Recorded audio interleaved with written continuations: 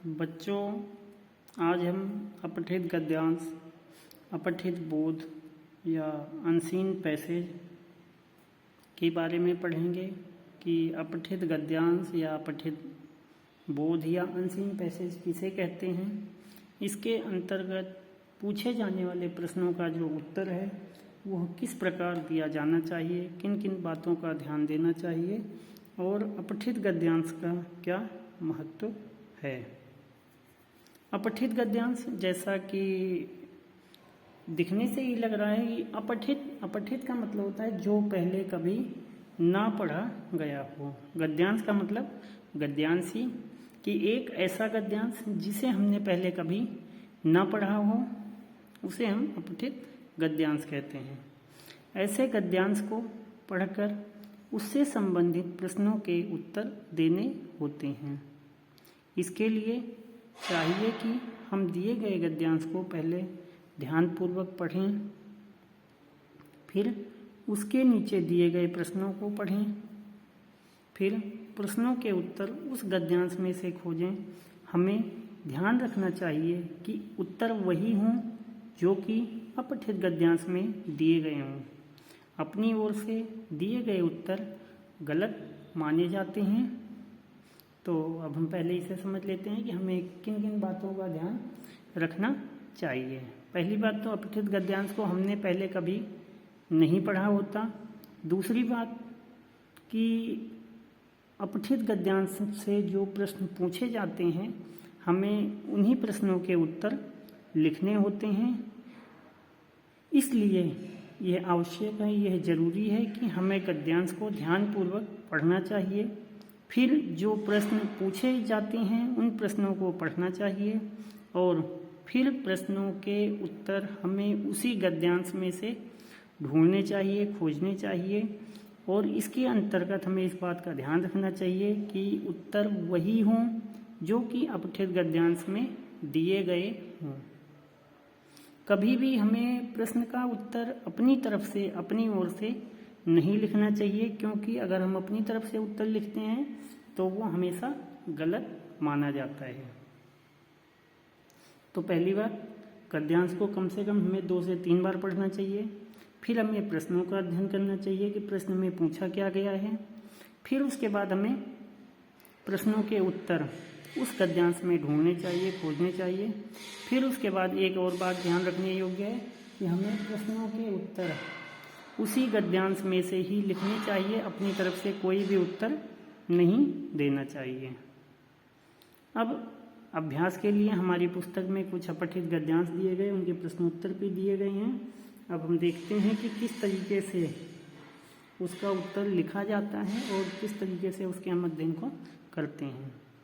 धूप में किसी मैग्नीफाइंग ग्लास को स्थिर करके उसमें से सूर्य का अक्स कागज पर डालिए। कागज फौरन आग पकड़ लेगा, जल जाएगा। किंतु यदि हम कागज को अथवा मैग्नीफाइंग ग्लास को हिलाते रहेंगे तो शक्तिशाली मैग्नीफाइंग ग्लास भी कागज को नहीं जला पाएगा। बात सीधी सी है। लक्ष्य और ध्यान में भारी शक्ति है। ध्यान से पाठ्य सामग्री को पढ़िए और चमत्कार देखिए कि सारी अध्ययन सामग्री सदा सदा के लिए आपकी स्मृति और समझ का अंग बन जाएगी। पर यदि आप चंचल मन से 50 बार भी अपनी पाठ्य सामग्री को दोहराएंगे तो भी आपके पल्ले कुछ पड़ने वाला नहीं है। आपकी सारी मेहनत स्थिर ध्यान के बिना व्यर्थ है। स्पष्ट उद्देश्य, एकाग्र ध्यान और निश्चित लक्ष्य लेकर जो अपनी मंजिल पर नहीं बढ़ता वह सिर्फ पागलों की तरह ही चलता है, या यूँ कहिए वह चलता नहीं है, भटकता है। तो हम देखें पहले कि जो लेखक है जिसने भी इस गद्यांश को लिखा है वो कहना क्या चाहता है हमें, कि यहाँ पर जो लेखक है उसका मानना है कि जो ध्यान और लक्ष्य है इनमें भारी शक्ति है। इसी के माध्यम से हम जीवन में अपने अचीवमेंट, अपनी गोल को प्राप्त कर सकते हैं। जब तक हमारा ध्यान और लक्ष्य केंद्रित नहीं होगा, जब तक एक नहीं होगा दोनों, तब तक हमें जीवन में सफलता नहीं मिलेगी। इसके लिए लेखक ने मैग्नीफाइंग ग्लास और सूर्य की धूप का एग्जाम्पल दिया है कि अगर सूरज की धूप को मैग्नीफाइंग ग्लास से अगर हम किसी कागज़ पर डालें और दोनों ही यदि एक जगह पर स्थिर रहेंगे तो जो मैग्नीफाइंग ग्लास है वो कागज़ को आसानी से जला देगा। लेकिन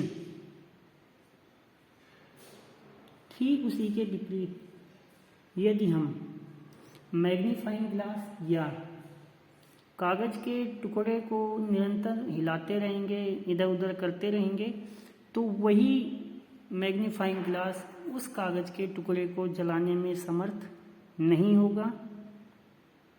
तो सीधी सी बात है, यहाँ पर मैग्नीफाइंग ग्लास और सूरज की जो धूप है, कागज़ है, उन सबको ये बताया गया कि ये हमारे ध्यान और लक्ष्य की तरह हैं कि अगर हमें जीवन में सफलता प्राप्त करनी है तो उसके लिए हमें अपने जीवन में लक्ष्य और ध्यान दोनों को एकाग्रचित होकर देखना पड़ेगा। और जो भी अध्ययन सामग्री हम पढ़ते हैं वो सदा सदा के लिए हमारे मस्तिष्क में, हमारे दिमाग में स्थिर हो जाएगी, उस चीज़ को हम कभी भी समझ जाएंगे। लेकिन यदि हम चंचल मन से, अस्थिर मन से जो हमारी अध्ययन सामग्री है, पाठ्य सामग्री, अगर हम उसे बार बार भी दोहराएं तो भी हमें कुछ प्राप्त नहीं होता और हमारी सारी की सारी मेहनत बेकार हो जाती है। अपनी मंजिल को पाने का जो सबसे बड़ा रास्ता है वो है स्पष्ट उद्देश्य, कि जो हमारा उद्देश्य है वो स्पष्ट होना चाहिए।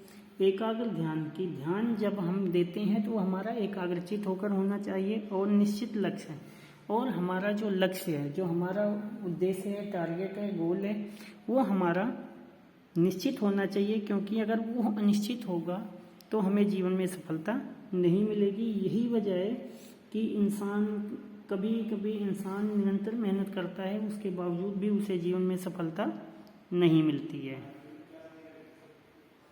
तो अब हम इसके प्रश्नोत्तर को देखते हैं। पहला प्रश्न पूछा है कि उपयुक्त गद्यांश के लिए, जो उपर्युक्त गद्यांश है उसके लिए उपयुक्त शीर्षक दीजिए। यहाँ पर सबसे पहले शीर्षक की बात करूँ तो शीर्षक वो खंड होता है, वो भाग होता है जिसके आसपास, जिसके चारों ओर जो हमारा पैराग्राफ है, गद्यांश है या पद्यांश है, वो घूमता रहता है। तो हमारा जो उत्तर होगा वो इससे संबंधित होना चाहिए कि इस पैराग्राफ में, इस गद्यांश में किस चीज़ की बात ज़्यादा की गई है। तो यहाँ पर हम आंसर देखें तो ज़्यादातर जो बात की गई है एकाग्रता की गई है। तो इसका जो हमारा शीर्षक होगा वो एकाग्रता की महत्ता, एकाग्रता का महत्व, एकाग्रचित मनुष्य या सफल मनुष्य का माध्यम एकाग्रता। इस गद्यांश में मैग्नीफाइंग ग्लास का उदाहरण किस लिए दिया गया है? इस गद्यांश में मैग्नीफाइंग ग्लास का उदाहरण ध्यान की एकाग्रता के महत्व को दर्शाने के लिए दिया गया है कि अगर हमारा मन एकाग्रचित है तो हम एकाग्रचित होने के साथ ही हम उसी मैग्नीफाइंग ग्लास की तरह हो जाएंगे जो कि कागज़ को जलाने की सामर्थ्य रखता है। सदा सदा के लिए पठित सामग्री को अपनी स्मृति का अंग बनाने के लिए क्या किया जाना अपेक्षित है? कि अगर हमें अध्ययन जो पठित सामग्री है उसे हमेशा के लिए अपना बनाना है तो हमें क्या करना चाहिए? तो इसके लिए सबसे ज़्यादा ज़रूरी है कि हम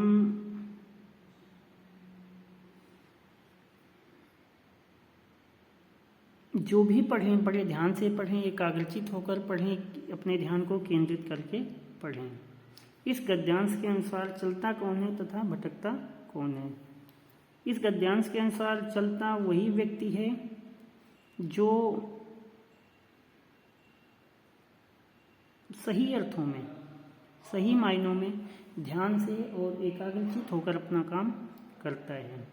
और भटकता वो व्यक्ति है जो एकाग्रचित होने के बजाय अपने चंचल मन में बंधा हुआ होता है और अपने ध्यान को केंद्रित नहीं कर पाता है। तो जहाँ तक मुझे उम्मीद है कि अपठित गद्यांश या अपठित बोध का प्रश्नोत्तर किस प्रकार लिखा जाना है, उसे किस प्रकार से समझते हैं और किस प्रकार से हम उसका उत्तर लिखते हैं, आप सभी को समझ में आ गया होगा। तो आगे कोई भी हमारा अपठित गद्यांश होगा या पद्यांश होगा तो उसका उत्तर आप आसानी से लिख सकेंगे। जो बातें मैंने बताई हैं उन चीज़ों को ध्यान में रखकर।